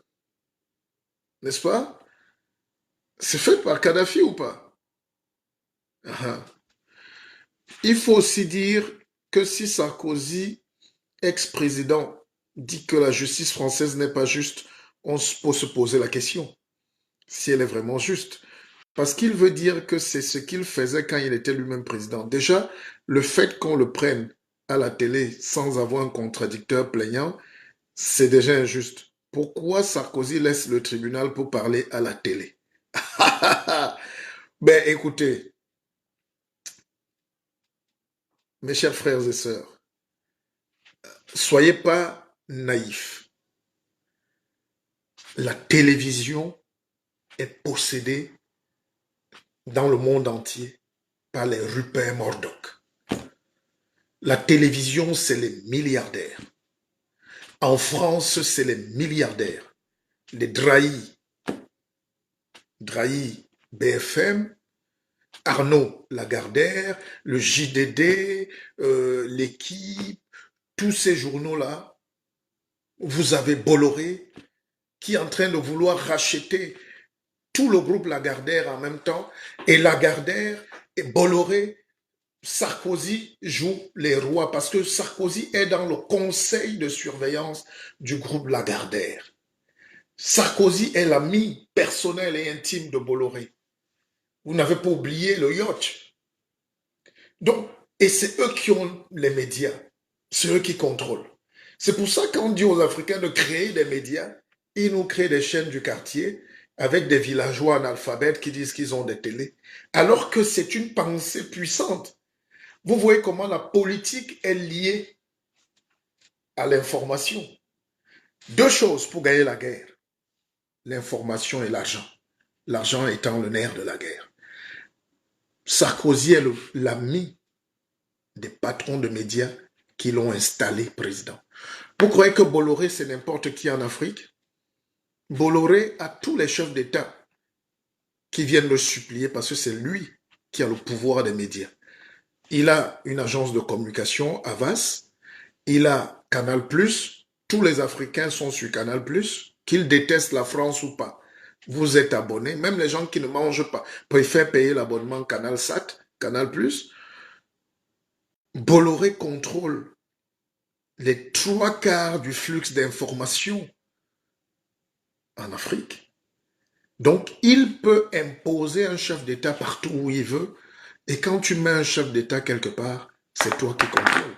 Donc, Sarkozy bénéficie en France de cette élite, cette oligarchie puissante, médiatico-financière qui lui donne la tribune. Parce que si moi, on me condamne demain, qui va m'appeler pour me faire le 20h? Qui va te donner le 20h? C'est pour ça qu'il faut investir dans les médias. Je ne connais aucun milliardaire qui a un média et qui est africain. C'est pour ça que nous en sommes là aujourd'hui. C'est pour ça qu'on ne représente rien à l'échelle du monde. C'est pour ça que tout se décide. Pour faire passer une loi, on prépare. Vous savez, quand on a condamné Sarkozy, tous les grands médias de ses amis ont voulu faire croire que la justice s'acharne sur lui. La justice française est très forte. Elle est très indépendante. Elle est très puissante. Vous avez des magistrats là qui ne rigolent pas. C'est comme aux États-Unis. Les gars sont d'une indépendance. Mais attends. Moi, j'ai connu à l'époque ici en France des gens comme Éric de Montgolfière. Des gens extrêmement... Ils s'en foutent. Il y a même la dame qui était... elle s'appelle qui Eva Joly, qui est finlandaise d'origine, qui était juge magistrate. Quand tu tombes devant une femme comme ça, monsieur... Moi, je suis tombé sur des gars comme Alain Bauer en France. C'est des vrais juges. C'est pas des... Faut pas... C'est la démocratie ici, hein. La France est un laboratoire de démocratie. Hein. Et maintenant, Sarkozy utilise ses amis pour montrer que la justice est méchante. Et ça, c'est un coup d'État médiatique. Mais là, c'est le quatrième pouvoir, c'est un autre pouvoir qui s'exerce. Est-ce que vous comprenez? C'est beau, non? Partagez alors le direct. Même juste, partagez juste parce que c'est beau. Le pépère vous explique ça bien. Donc, vous avez en France 4 pouvoirs qui se battent. 4. Le pouvoir médiatique. Le quatrième pouvoir, qui est en même temps le premier en réalité. C'est pour ça qu'il n'y a que dans les pays pauvres qu'on prend les journalistes, on met en prison, on jette. Monsieur, le journaliste, c'est la chose, c'est après Dieu, c'est le journaliste. Il te détruit, il te construit. Il maîtrise un pays. C'est pour ça qu'il y a des choses qu'on ne peut pas dire quand on est journaliste. C'est pour ça que mes directs sont avec beaucoup de retenue, parce que je ne peux pas venir là dire des choses. J'ai accès aux dossiers noirs de beaucoup de pays. J'ai accès à des dossiers secrets. Donc, un journaliste, c'est Dieu qui parle en réalité. Parce qu'il est là pour restituer la vérité au peuple. Il est là pour... C'est la lorgnette. On appelle ça en bon français la vigie de une. Donc, le journaliste met son truc partout, même là où on a tiré les rideaux, il pousse ça, il dit voilà le peuple. Et en Angleterre, ceux qui vivent en Angleterre savent que les journalistes ont même le droit de payer même des prostituées pour entrer, pour faire tomber un leader politique. On a le droit de mettre les micros. Un journaliste est un enquirer. Il est plus qu'un OPJ. C'est pour ça que normalement, quand tu es un vrai journaliste, et avec des responsabilités, tu es en même temps OPJ. Tu es un officier de police judiciaire, parce que tu mènes une enquête. Alors, merci la télévision, comme tu le dis, ce n'est que manipulation, contrôle de dictature. Mais vous voyez, aujourd'hui, ici, l'Afrique est dernière partout. On n'a rien. On n'a rien comme pouvoir médiatique. C'est pour ça que quand le gars veut venir acheter, quand on veut créer la guerre dans un pays, on commence à préparer l'opinion. On commence à vous dire, moi je vous prends le cas très simple de Bolloré, je vous prends le cas norvégienne, pardon. Merci Paul Banach, je parlais d'Eva Joly qui est norvégienne. Merci, merci. Alors, merci. Vous savez, je ne pratique plus depuis, hein. Mais le pépé parle sans note. Hein. Ça, c'est le cours magistral. Moi, je donne le cours. Hein. Mentibé, philosophie, ni matam. Prenez ça comme ça. Mais merci d'être là. Alors, donc, j'étais en train de vous expliquer des choses très importantes. C'est des débats. Vous savez, Bolloré, on a dit en Afrique de l'Ouest, il y a quelques années, qu'il y avait, c'était quoi? L'Ebola. La Sierra Leone. Premier producteur de diamants, là où on a attrapé la plus grosse pierre de diamant. Le Libéria. C'est les terres les plus riches parce que le cratère est neuf et l'humus est épais. Alors, il y a une compagnie africaine qui est gérée par, ça s'appelle Ecofin ou un truc comme ça. C'est le groupe Bolloré qui est majoritaire. Bolloré a acheté les actions. Et il voulait prendre ce terrain. Écoutez bien la manipulation. Quand on lance la télé, voilà les documentaires qu'on a. J'ai ce documentaire puisqu'on a travaillé dessus. Alors, on a imposé l'Ebola dans la zone. Vrai ou pas vrai, on a simulé une épidémie à large spectre. On a traumatisé les villageois. Et maintenant, pour les sauver, on dit qu'il faut les déplacer à 400 km de leur terre. Que toute la zone là doit être fermée. Il y a trop d'Ebola. Mon frère, c'est comme si vous dites qu'il y a le Covid en France, il faut déplacer toute la population de la France. Nous, on a senti la manipulation. Mais comme on n'est pas écouté en Afrique, comme vous nous détestez, et les dirigeants et le peuple même, c'est pour ça que nous, on a arrêté les enquêtes vraiment purement journalistiques, parce que ça te mène, ça peut te tuer. Ça te donne des inimitiés, ça te pourrit la vie. On a déplacé les populations pour aller les soigner. Vous avez vu ça à la télé, mais quand tu n'es pas informé, tu regardes la télé comme le chien regarde passer le train à Iseka.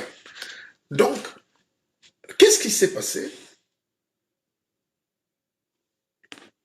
Fidel Castro a dit qu'il envoie 200 médecins cubains sauver les Noirs. Qu'il y a quelque chose qui ne va pas dans cet Ebola-là. L'Ebola ne peut pas décimer les populations comme ça. Il a envoyé, vous savez, les meilleurs médecins au monde sont cubains.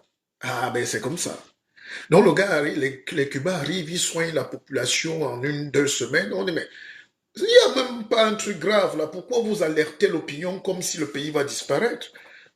Ils ont identifié le problème, ils ont cerné, ils ont soigné en moins d'une semaine. Maintenant, les gens veulent rentrer dans leur village. On dit non, vous ne pouvez plus rentrer là-bas. Les terres là sont dangereuses. Les populations disent on veut rentrer chez nous. On dit non, installez-vous ici parce que là-bas, Bolloré avait déjà acheté les terres pour planter les véas et le palmier à huile. C'est votre histoire. C'est l'histoire de l'Afrique. C'est l'histoire de la frustration d'un continent. C'est l'histoire d'un peuple qui souffre, même sur son sol. C'est l'histoire de l'injustice. Et c'était créé par un matraquage. On n'a pas respiré ici, on a dit Ebola va tuer tous les gens. C'était une histoire d'acheter et de voler leur terrain. Je vous renvoie donc à ce qui se passe au Congo. Et c'est la même chose qu'on a voulu développer en Chine avec le Covid. On a dit que c'est le pangolin. Les Chinois ont dit vous êtes fous. Hein. Admettons donc, entre manipulation transgénétique dans les laboratoires et nous qui mangeons nos lézards tranquilles, si c'est le pangolin qui veut nous tuer, on va donc voir. Ils ont fait Wuhan, ils ont sécurisé, ils ont trouvé, ils se sont soignés, ils ont fermé les frontières et Donald Trump est tombé. Je schématise pour le raccourci. Est-ce que ça va?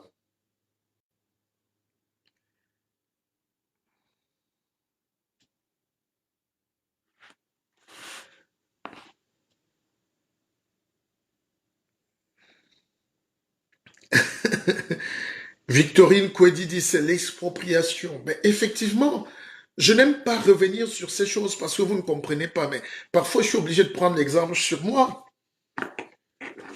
Ma plantation, c'est la même chose que Bolloré a fait. Il est entré dans mon village. Il a cerné ma plantation. Ils ont encerclé tout le village.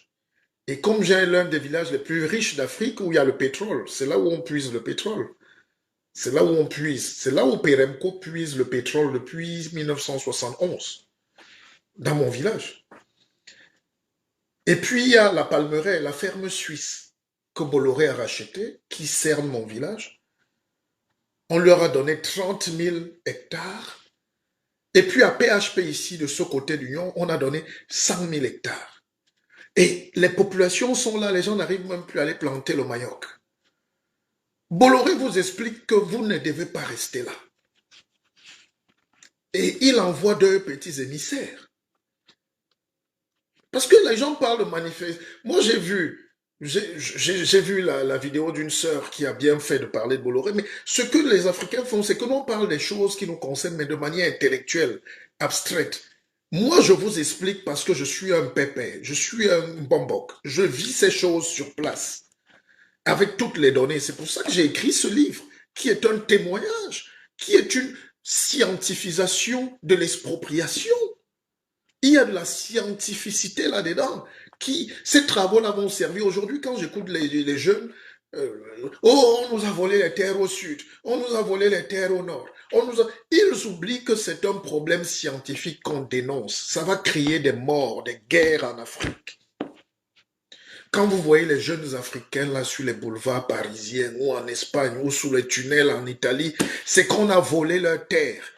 Et les responsables, c'est Bolloré. Et le plus dangereux, c'est que ces mêmes gars-là ont des télés comme CNews, le groupe Canal+. Et ils recrutent qui? Les Éric Zemmour. Et les Zemmour sont chargés de verser dans l'opinion de la belle République de France que l'étranger est un danger. Les Noirs et les Arabes, il faut rentrer chez eux, il faut les chasser chez eux. Mais vous les chassez alors que ton patron, c'est lui qui nous chasse de chez nous. C'est des réflexions, mais il faut des médias pour créer du débat. Et quand la justice française condamne Bolloré, parce que lui, il est roi en Afrique, moi je dis quand même que la France est un très grand pays. C'est un pays de Montesquieu. C'est là l'esprit des lois de Montesquieu. C'est là la force de Diderot. C'est là la force de Voltaire. C'est là la force de ces penseurs qui ont construit cette France pour qu'elle soit l'étoffe du monde de la liberté. Et il n'y a aucune honte à admettre la grandeur d'un État. Alors, personne ne donne ou ne donne les raisons pour lesquelles les Africains n'ont pas autant aussi touchés par le corona que font nos scientifiques, soi-disant chercheurs. Myriel Müller. Pour chercher, il faut déjà avoir la liberté. 2, le temps. 3, la pensée. 4, les prédispositions, ce qu'on appelle en science les conditions normales de pression et de température, les CNPT, l'outil scientifique, le laboratoire.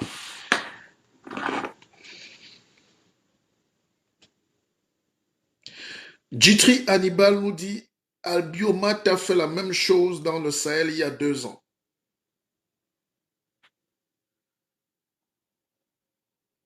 Vous voyez donc que partout en Afrique, les gens sont victimes de leur propre misère parce que l'Afrique est abandonnée. L'Afrique est abandonnée. Vous croyez que Idriss Déby, qui est occupé à avoir un autre poste pour mourir au pouvoir, va s'occuper de qu'on est en train de voler les terres de son peuple? Vous croyez qu'au Gabon, le président a le temps? Les gars cherchent leur réélection. Vous croyez qu'au Congo, Sassou Nguesso a le temps de savoir si les Congolais mangent ou dorment? C'est sa réélection. Au Cameroun, vous croyez que ça intéresse? On te dit que dans le propre village de Bia, les gens ont vendu 100 000 hectares de terre. Le gars dort. Parce que si on enquête bien, on va voir qui. Et ça tourne toujours autour d'eux-mêmes. Et le peuple naïf se plaint, on accuse les autres. Alors que tu ne peux pas vendre le terrain dans ton village sans... C'est pas possible. Il y a des complicités qui viennent de l'intérieur. Si c'est pas de sa famille, c'est de l'entourage en général. Donc l'Afrique a ce problème avec la vérité, avec le courage politique, avec la révolution, qui n'est pas celle des armes, mais celle de la pensée. Il n'y a pas de penseur qui théorise sur les fondements économiques et culturels d'un État fédéral d'Afrique noire. Il n'y a pas d'État pour pousser la jeunesse à rêver. Il n'y a pas d'État. Est-ce que c'est bon là? Partagez alors le direct. C'est mon 2e direct de la journée. Mais je suis fier de savoir que nous, on ne baisse pas les bras. Vous savez, l'Afrique a encore des valeurs, même si on va rester loin du continent, parce qu'on a envie d'être peut-être en paix. Je pense qu'on ne va jamais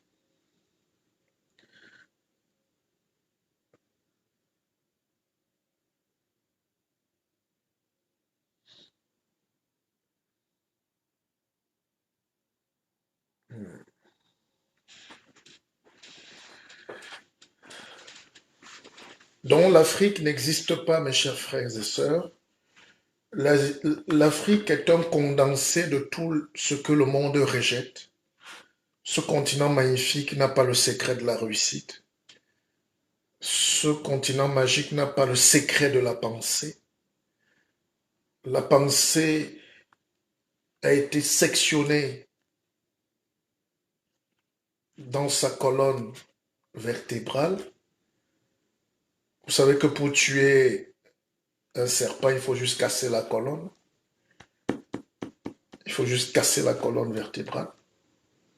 Et la colonne vertébrale, ça veut dire que tu n'alimentes plus la tête qui est la spiritualité. La vie est comme le corps humain. La tête, c'est la spiritualité.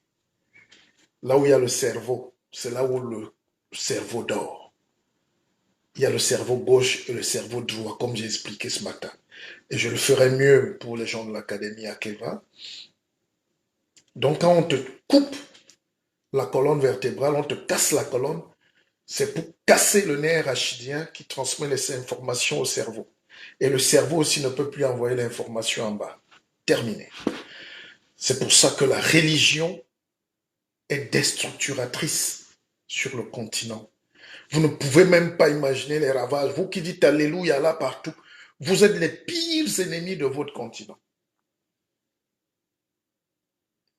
Parce que même sans le savoir, vous êtes en train de faire le diogénisme. Vous faites de la philosophie sans savoir, mais la philosophie contre vous-même. On vous vide de votre substance. Vous êtes imbécoumilisé. Et tant qu'un peuple n'a pas sa spiritualité, qui est un fondement même de la maison pour l'élévation et spirituelle et des murs, vous allez tout le temps être la poubelle et les déchets et la victime des expériences des autres, les expériences médiatiques, les expériences politiques. Il faut que c'est en France qu'on arrête quelqu'un qui a tué ou qui a mis des Africains en difficulté. Il faut que c'est la France qui condamne encore Bolloré qui est français pour les méfaits commis chez vous. Ça veut dire qu'il n'y a même pas une conscience, il n'y a pas un tribunal, il n'y a pas un pays qui peut dire à Bolloré arrête ça. Si ce n'est pas ça, la France même qui lui dit bon écoute là tu pousses le bouchon. Et comment donc en vouloir à cette France en même temps qui règle les problèmes que ses enfants ont engendrés? C'est comme cet enfant, c'est là le questionnement moral. Laissons même le juridisme et les lois et tout ça. Il y a un fondement moral dans la démarche en France, même de la politique, de la vie publique.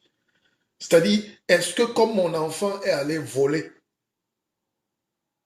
hors de la maison et il revient, je dois le protéger parce que ce n'est pas chez moi qu'il a volé? C'est ça le fondement de la justice. Vous comprenez?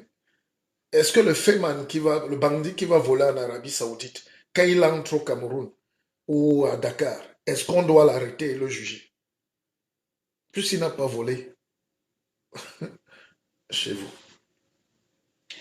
L'Afrique ne peut pas être grande si elle n'élève pas les hommes qui créent la richesse, l'argent, le capital, pas pour acheter les nouvelles voitures et impressionner les gens, mais pour financer les startups, les multinationales, les progrès scientifiques et techniques. Si on n'investit pas dans la connaissance, dans l'industrie, on n'existe pas.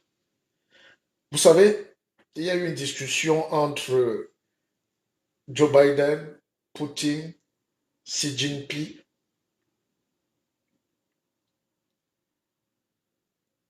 Je vous lis ça, c'est en anglais. Écoutez bien. Who is running the world? Biden, Putin, Xi Jinping arguing on who is in charge of the world. You know that United States of America is globally known as global police.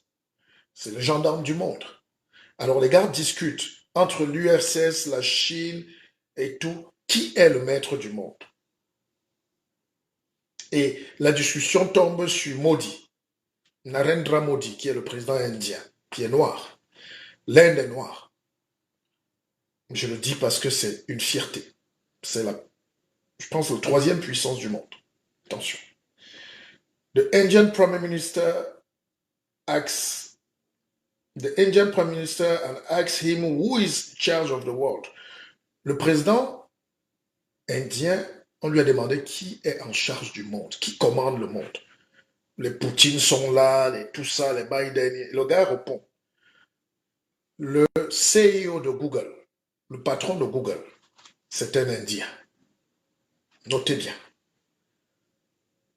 Quand on vous dit que l'Inde dirige le monde, vous allez comprendre la conclusion plus tard. Le patron de Microsoft CEO, un Indien. Adobe, le patron d'Adobe, le CEO d'Adobe, c'est un Indien. Le NetApp, le CEO est un Indien. Mastercard, la carte que vous utilisez là, le patron est un Indien. DBS CEO, c'est un Indien. Novartis, le groupe de pharmacopée mondiale, c'est un Indien parce que les Indiens ont les plus grands brevets du monde. Avec les génériques, ils ont cassé le monde. Parce que quelqu'un parlait de la recherche en Afrique. Mais si quelqu'un a trouvé son truc là-bas, au bout d'un certain temps, la licence tombe sur le domaine public, vous dupliquez.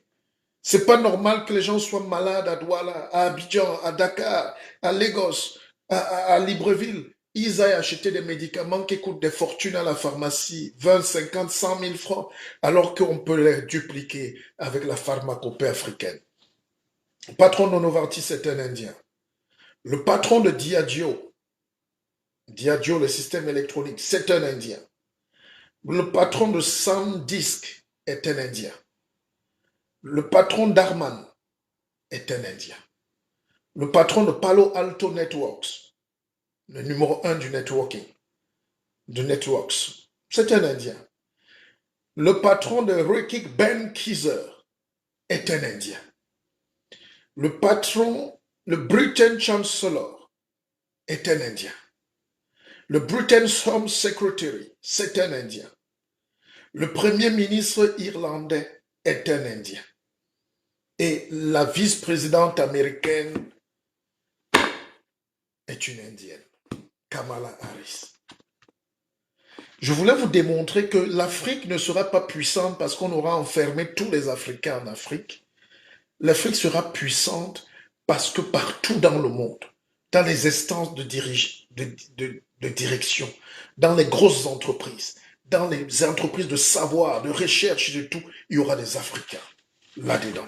Qu'ils soient de quelle nationalité, peu importe, l'essentiel, c'est qu'ils soient fiers et forts d'être africains. Mais quand un Africain est déjà seulement, même dans le comité d'entreprise d'une société, il est un blanc.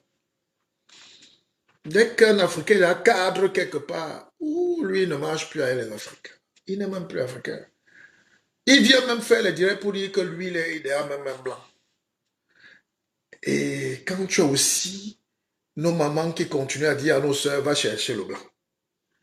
Quand tu as des idées comme ça, du Moyen-Âge, pas va chercher l'homme pour t'épanouir, mais va nous chercher un gibier ou un truc supérieur. C'est la pauvreté, du complexe et tout. Tous les Noirs. Or, Tidiane Thiam a été le patron de la banque suisse, le Crédit Suisse. Vous êtes sûr qu'il a fait la promotion de beaucoup d'Africains là-dedans, où il voulait jouer exactement le petit blanc pour ne pas faire d'erreur? Il faut faire des erreurs. Il faut embaucher.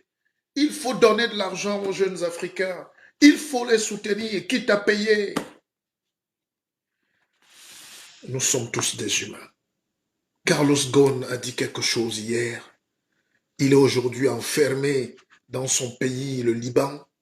Il est français, il est libanais, il est brésilien, mais au Liban, il dit que son objectif maintenant, c'est de financer les startups. Il est milliardaire.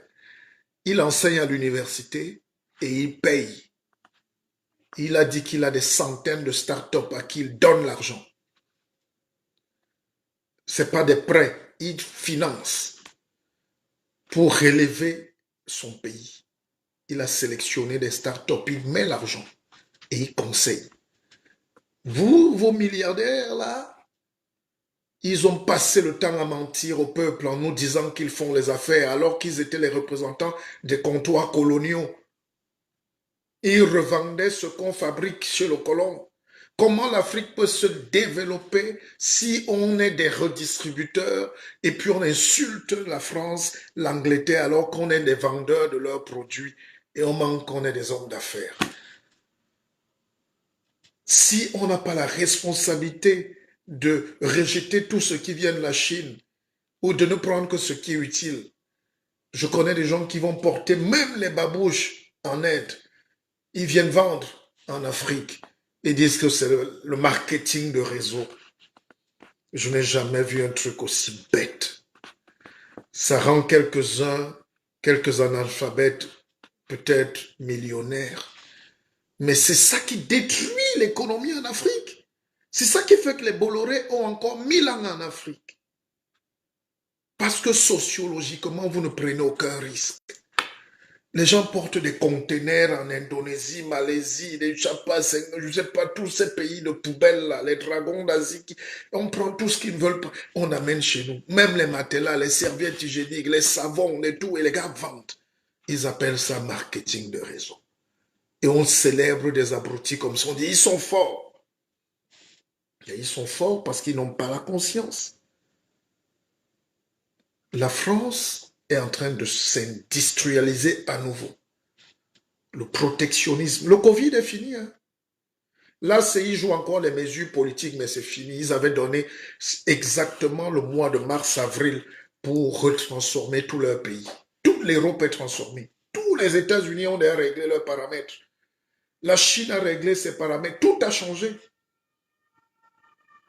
Les robots vont distribuer la nourriture, les médicaments, tout. Vous restez chez vous. C'est cette société-là qui va priver l'homme de l'essence, de l'écorce. C'est pour ça que l'Académie de la vie augmentée restera là pour vous donner l'écorce de la vie. C'est nous les gardiens de la mystique africaine. C'est nous les gardiens du savoir. Et ça, les gens qui... Vous croyez que ça coûte quoi d'ouvrir là et d'importer les babouches de Jakarta et d'amener sur le continent? Je m'installe à Lomé. Je dis marketing de réseau. Vendez-moi ces conteneurs de la poubelle des autres. Ne sachant pas que c'est de l'EVA médiocre. On a l'EVA. Qui va créer l'industrie en Afrique?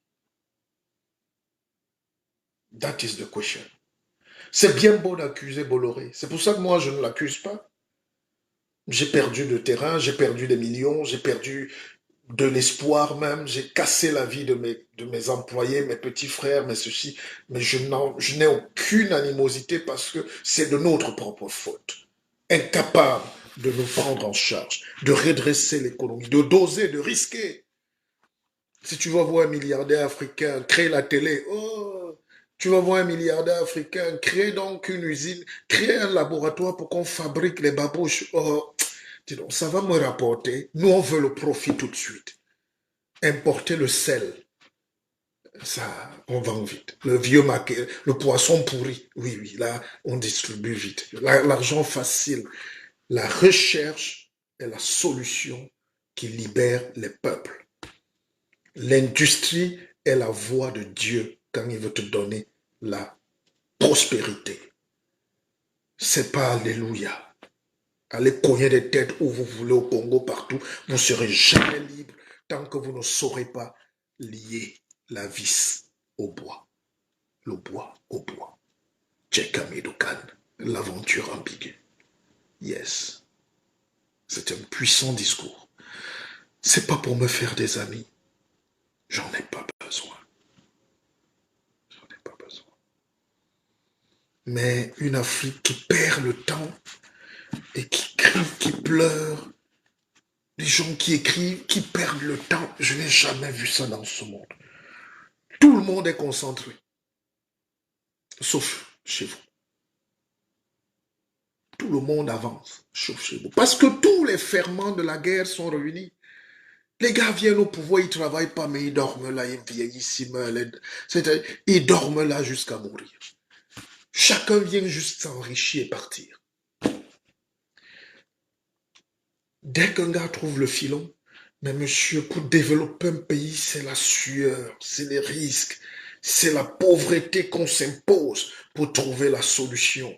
Et les gens qui me parlent de l'Afrique, je leur dis, foutez-nous le camp. Elle n'existe nulle part. C'est même parfois les Européens qui ont encore la conscience que, mais comment on va encore tuer tous ces gens-là? Laissons-leur quand même un peu de temps. Nous-mêmes, nous tuons la jeunesse. Vous savez, j'ai fait 2 heures de direct le matin, je fais 2 heures le soir. Quand je lance la télé, je peux faire 10 heures de direct. C'est mon rôle.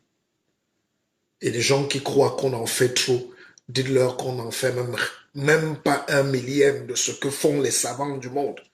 Le temps de la création, c'est un temps fou de recherche. Les gens sont morts dans les laboratoires. d'alcoolisme, de drogue, parce qu'il cherche. Et vous savez qu'un corps stressé est un corps acide. Le gars est là, il cherche nuit et jour pour trouver la formule. Après, il dit Eureka. Vous n'êtes heureux de rien du tout, parce que vous ne trouverez jamais rien. Je vois des gens sont encore là, on présente à la télévision nationale une femme qui essaie de transformer le jus de canne à sucre, mais en pilant encore sur le mortier. L'artisanat n'est plus à l'ordre du jour. Le bricolage, la saleté, travailler pour la pro-technologie. Je vous ai cité les gens qui contrôlent le monde. Ils sont tous indiens. Chez nous en Afrique, il y a toujours un agrégé qui vient là. Il écrit des choses bêtes, inutiles. Il faut que la pensée soit reliée au savoir, à la création. Et le gars qui lit ce livre doit être capable, dès qu'il referme, s'il est chercheur, de dire, j'ai trouvé une idée là-dedans. Le peuple parle d'une soupe de bouillon de poisson fait à base de ça. Je peux reproduire ça à l'identique, je vends la formule. Si nous tous, on va donc acheter les choses ailleurs, on rentre les vendre en Afrique, parce que c'est facile. L'Afrique va vendre quoi aux autres? Rien du tout. Donc, ce n'est pas un problème de monnaie, de CFA. Ce n'est pas un problème de les Blancs ne nous aiment pas. C'est un problème de ce que même si les colons partent, vous n'avez rien sur place. C'est pour ça que toutes les économies africaines sont gérées à 95% par les autres. C'était valable hier, c'est valable aujourd'hui. Ça ne finira pas demain. Tant que nous sommes vivants, notre rôle, c'est de nous battre. J'ai fini ma journée. Si vous êtes chaud, on refait un direct plus tard. C'est le couvre-feu. Permettez-moi d'aller chercher les enfants. D'accord? Voilà. Bonne soirée. Merci d'avoir été là. Je vous aime. C'est des discours militants. Réfléchissez. À qui va? À qui va? À qui va?